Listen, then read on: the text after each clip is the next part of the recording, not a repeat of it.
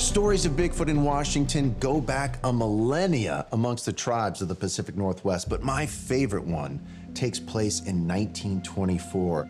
As the story goes, Fred Beck was mining in and around Mount St. Helens when he saw a creature across the ravine and he shot at it. Well, he regretted that because later that night, their cabin was invaded by a group of 7-foot-tall, hair-covered ape men. These creatures came and started banging on the doors. One miner even said a huge hairy arm came through the window, tried to grab him and pull him out. But the story doesn't really end there because it actually made a huge sensation when it was reported to the local press. This incident helped to launch the curiosity about Sasquatch into the national consciousness. And lo and behold, the Bigfoot phenomenon was born. We all know that for hundreds of years, these stories have been talked about, this mythical creature. And for generations, these new researchers have been inspired by somebody long before them. And my inspiration was Bob Gimlin. Hey. Long time no see, Val. Long time no see. That iconic footage that Roger Patterson and Bob Gimlin got in 1967 was something that pushed us all forward. To have you checking out things that you don't really understand, but I'm proud of you. We have so much new technology, so much old experience that you can draw from. We're going to have that evidence that puts everybody on their heels. You mean the world to me, and you've been such an inspiration for my research. And I hope that I can continue the research and make you proud. That means a powerful lot to me. Back in 1847, a French-Canadian painter named Paul Kane was working on a series of projects for the Canadian government that depicted the remote Pacific Northwest. Now, during one of his long expeditions, he ventured off into the wilderness in the hopes of capturing Mount St. Helens in all of its majesty. But to do this, he needed the help of the Multnomah tribe to guide him along the Lewis River. But to his surprise, they flat out refused his request. They informed him about a tribe they call the Skookums, a race of giant hairy cannibals that lurked near the river surrounding the mountain.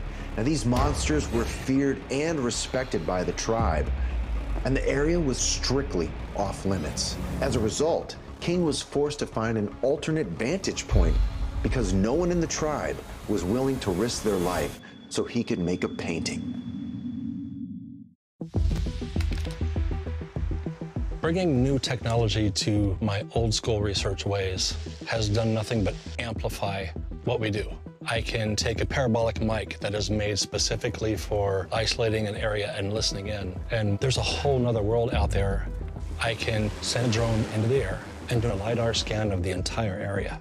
Another great example is a seismic tripwire that will test anything that passes by and recognize whether it is walking on 2 feet or 4 feet. Items that we use that amplify what we can see, what we can hear. These tools are vital in the research that I've done. You know, being able to see over a wall, you have to get a ladder, right? So you use these tools to elevate yourself to see better. And that's what these tools have done for me.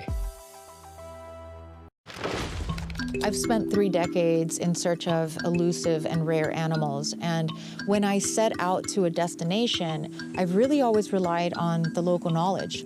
On a particular expedition in Venezuela, I was going village to village and asking, where was the last time you've seen this wakari, this monkey that we're in search of? I went to the first village, they had seen it some months before, then the next one, some weeks before, and finally got to that one village that had seen it that day. So when you're planning an expedition, it's not really until you go boots on the ground that you really hone in on that target zone.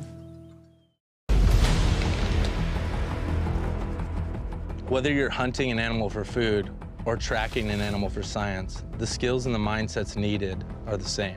When I'm coming into a new area, first thing I'm going to want to do is to get up high in glass for a while and survey the area, look for any obvious animal trails going down the mountainside.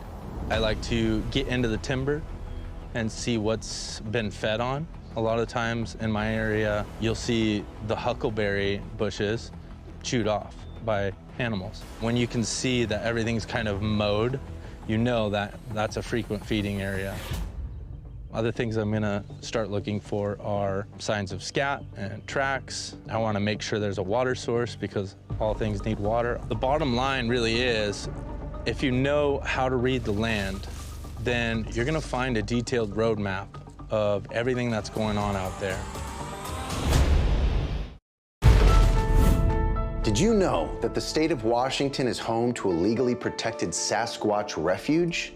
I'm not kidding. In fact, it was first founded in 1969 when Skamania County, which contains Mount Rainier and the Gifford-Pinchot National Forest, two very well-established Bigfoot hotspots, passed an ordinance prohibiting the hunting of Sasquatch.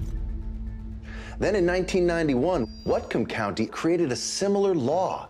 And these laws weren't passed as some sort of publicity stunt. In fact, the 1969 ordinance was so serious that the law effectively stated if anyone killed a Sasquatch, the local authorities had the right to pursue charges equivalent to murder. As some people argue, this is a waste of government resources, while others believe these laws are proof that the government knows these creatures are real. And personally, I just love knowing that Bigfoot has a safe home in the state of Washington.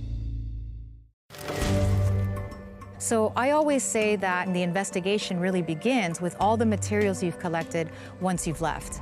During one of my expeditions in Madagascar, I was observing a very small primate that we thought was a known species. But when I collected DNA and went back to a lab to analyze it, we realized that in fact it was a brand new species to science. And that to me really showed the necessity of this two-part process. So while it's incredibly exciting to be in the field collecting all these things, it's really not until you've left the field that you can actually start to draw conclusions and possibly make the discovery you're looking for.